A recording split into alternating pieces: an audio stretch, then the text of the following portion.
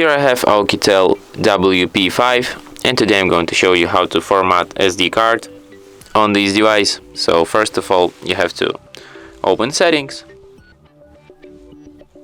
then you have to enter the storage section, then go to the SD card, then tap here, go to the storage settings and select format, and then tap format SD card, and after a few seconds your SIM SD card will be formatted.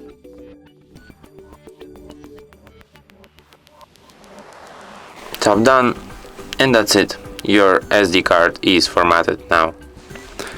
And that's it. Thanks for watching. If you find this tutorial useful, don't forget to hit that like button and subscribe to our channel.